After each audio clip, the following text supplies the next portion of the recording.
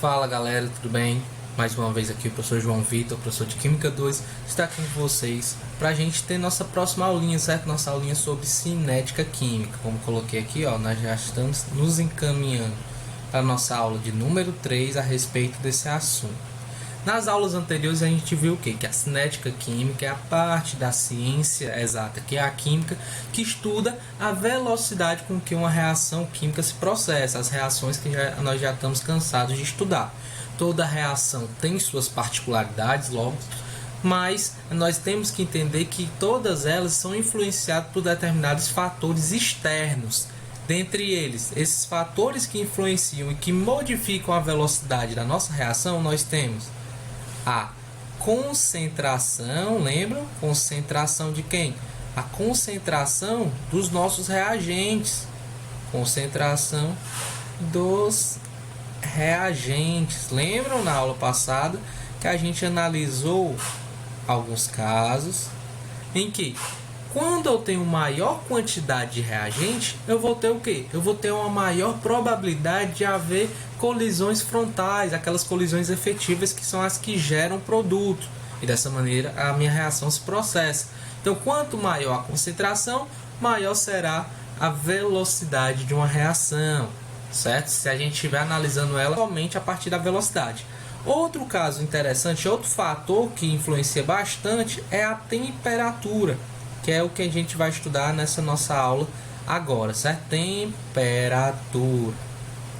A influência da temperatura na velocidade de uma reação. Deixa eu descer aqui um pouquinho para a gente poder trabalhar com mais calma. Vamos analisar aqui.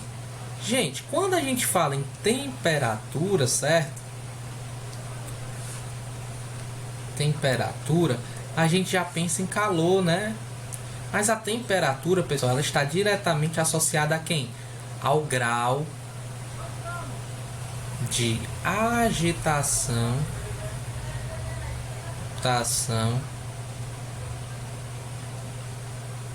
das moléculas, certo? Bom, se a temperatura, pessoal, está diretamente relacionado com o grau de agitação das moléculas, isto é, com quão rápido aquelas moléculas vão colidir, vão se deslocar de um lado para o outro, então ela está diretamente relacionada com a velocidade de uma reação. Quanto maior a temperatura, maior é o conteúdo energético daquela minha reação. Se eu tenho um maior conteúdo energético, certo? Deixa eu colocar aqui. Também está relacionado com o conteúdo energético. Conteúdo energético. O que é isso, João? Red Bull? Não. Conteúdo energético, pessoal, é a quantidade de energia envolvida na minha reação química. Então, quanto maior a temperatura, maior é o grau de agitação das moléculas, maior será a quantidade de energia, o conteúdo energético dentro daquele sistema, para que essas moléculas se movimentem cada vez mais rápido e colidam cada vez mais, né? Então, a temperatura, dessa maneira, vai estar diretamente relacionada com a quantidade de colisões, visto que quanto maior a temperatura,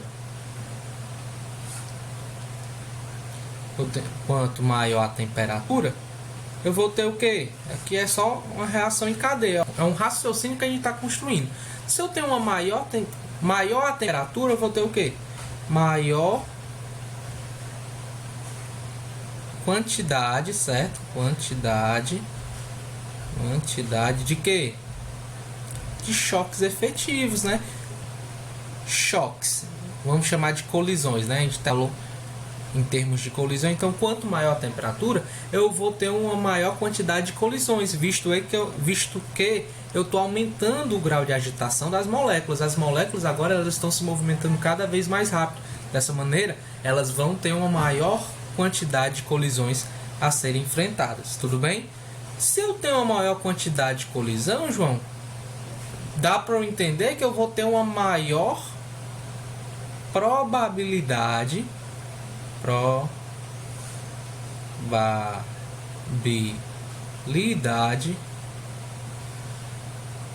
de colisões efetivas.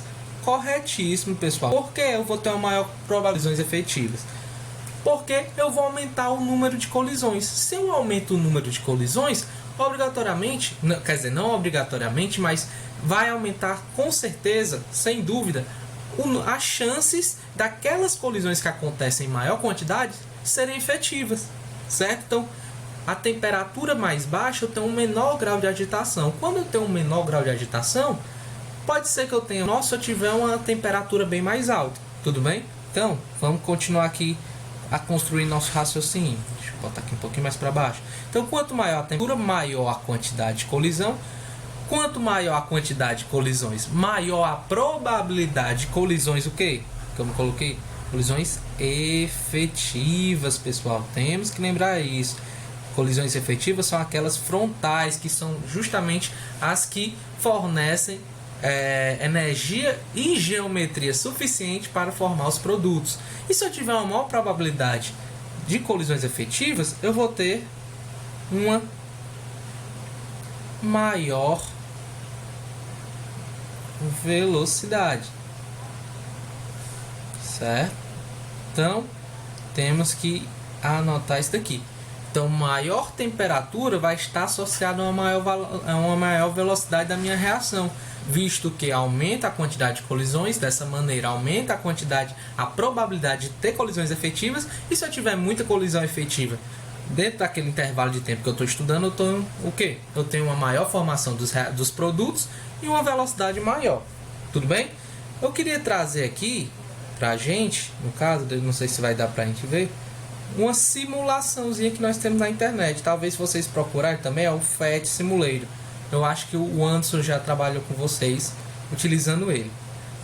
Eu encontrei aqui uma das simulações que fala um pouco sobre experimentos de taxa, que é algo que eu também devia ter falado para vocês. Em alguns casos, quando vocês estiverem vendo questões de cinética, pode ser que ao invés de falar em velocidade, a questão fala em taxa de uma reação. Essa taxa de uma reação é justamente a taxa de velocidade. Então, taxas e velocidade são sinônimos dentro do conteúdo de cinética química, certo? Então, qual é a taxa da reação tal? Então, qual é a velocidade de processamento daquela reação? Tudo bem? Então, o que está acontecendo aqui? Eu tenho um sistema, né? Não tem como eu riscar aqui, mas eu tenho aqui um sistema onde ele é fechado. Vocês estão vendo aqui as paredes, né, do meu sistema aqui, sistema fechado, onde eu posso bombardear para dentro do sistema uma quantidade de reagentes. A reação que vai acontecer aqui é justamente, ó, a gente pode aqui escolher, né, o tipo de reação, ó, A reagindo com B, formando C. Vamos deixar essa aqui do jeito que está, ó. É A, que é essa bolinha é amarela, reagindo com B, que é esse sistema aqui, ó, essa bolinha roxa com essa bolinha azul, produzindo A, B e C, né? Então aqui eu tenho um sistema, ó, A reagindo com BC, essa bolinha azul é o C. A reagindo com BC vai formar quem? Vai formar AB mais C, certo? Então aqui é uma reação genérica que a gente vai estudar aqui de maneira a ver o sistema, como é que acontece. Como é que eu vou fazer isso? Vou colocar aqui qual é a quantidade de cada quantidade de molécula que eu quero colocar aqui para reagir. Vamos dizer, como ele é 1 para 1, né? Já está balanceado ali. Eu vou colocar como sendo a quantidade de entrada. Vou dizer que eu vou colocar 10 moléculas de A reagindo com 10 moléculas de AB, né? Que AB é produto. Então vamos dizer que eu tenho dois reagentes, que é o A e o BC, reagindo com a mesma quantidade, né? Mesma quantidade, 10 moléculas. Eu vou iniciar o processamento. Perceba que ó, na temperatura inicial eu estou colocando com temperatura fria, isto é, com a temperatura mais baixa, com um grau de agitação das moléculas menor. Tudo bem? Então vamos aqui iniciar o nosso experimento. Percebam, pode ser que esteja travando aí, ó. Perceba que eu tenho aqui o número certinho, ó, de 10 moléculas de cada um, certo? E percebam que eles fazem um movimento aleatório, tá travando um pouquinho, mas eu acho que dá para vocês analisarem que eles fazem um movimento aleatório, essas moléculas, e nesse movimento aleatório, lógico que existe a probabilidade de haver choques. Alguns são efetivos e outros nem tanto, certo? Só que percebam que com a temperatura fria, uma temperatura baixa, o grau de agitação é muito pequeno, né? Percebam aqui que eu tenho uma quantidade muito pequena de moléculas colidindo. Por quê? Porque a velocidade, o grau de agitação deles é muito baixo, visto que a temperatura é baixa. Se eu começar a aumentar a temperatura, ó, percebam que 10 aí nenhum dos produtos não formou nenhum AB e não formou nenhum C, certo? Por quê? Porque é uma reação muito lenta, visto que as moléculas estão praticamente paradas, estão andando numa velocidade muito pequena. Se eu aumentar um pouco a temperatura, nós podemos avaliar, ó, vamos dizer que eu aumentei aqui a temperatura. Percebe que quando eu aumentar a temperatura, ó, o gráfico aqui de energia me mostra que eu estou aumentando a energia média total, certo? A temperatura está diretamente relacionada à quantidade, ao conteúdo energético da minha reação, certo? Então eu aumentei aqui em quantidades significativas de temperatura, certo? E vamos iniciar o nosso experimento novamente com a mesma quantidade dos reagentes. Percebam aqui, ó, que agora ele já está se movimentando de maneira mais enérgica, né? Porque eu tenho um maior grau de agitação dentro das minhas moléculas de A e de BC. Essa maior velocidade de agitação dessas moléculas, perceba que eu já consigo, ó, ver a formação de produtos, né? Ó. Olha aqui as quantidades atuais. Eu tenho A, eu tenho 7 agora. BC eu tenho 6, ó. AB, que é produto, e C já tenho 4 formados por conta da minha velocidade de reação, certo? Vamos aqui colocar de novo para o frio, porque agora eu vou colocar aqui para exibir o cronômetro, certo? Que a gente está trabalhando com velocidade, a gente tem que exibir o tempo, né? O tempo é importante para o nosso estudo. Então vamos lá, com as mesmas 10, vamos ver quanto tempo ele leva para a formação de 2, certo? De 2, eu vou iniciar aqui. De 2 mols ou 2 moléculas dos meus produtos. Vamos ver quanto tempo ele leva, né? Então aqui nós estamos aqui esperando que eles se mexam, certo? Para mim eles estão parados aqui, ó. Eles estão parados porque a temperatura é tão fria, a energia é tão baixa que a reação nem acontece, né? Então deixa eu recomeçar aqui o meu cronômetro e aumentar um pouquinho a temperatura, porque a temperatura de 0 graus Kelvin é justamente a temperatura do zero absoluto, onde não há a agitação das moléculas. Se não há agitação das moléculas, nunca que vai haver a reação em si. Por isso que muito se estuda para chegar nesse zero absoluto. Ninguém chegou nesse zero absoluto. Porque quando a gente consegue chegar a essa temperatura, a gente consegue fazer com que o sistema se conserve, visto que ele não está sendo desgastado, porque ele está literalmente parado no tempo, né? Então vamos ver aqui. Iniciar o tempo. Recomeçar o meu cronômetro, certo?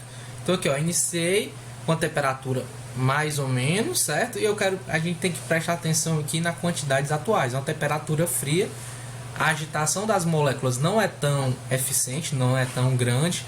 Entretanto, ela tem condições suficientes de haver colisões efetivas, mesmo que em pequena probabilidade, menor por conta da velocidade dessa agitação.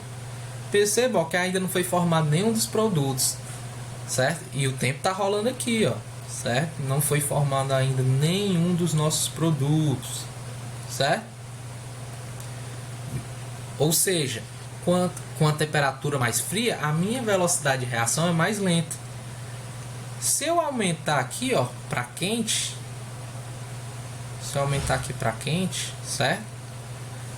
E recomeçar a contar aqui, vamos ver quanto tempo leva para formar meus produtos. Perceba que naquele tempo que a gente estudou ali, a gente não conseguiu nem visualizar a formação dos produtos.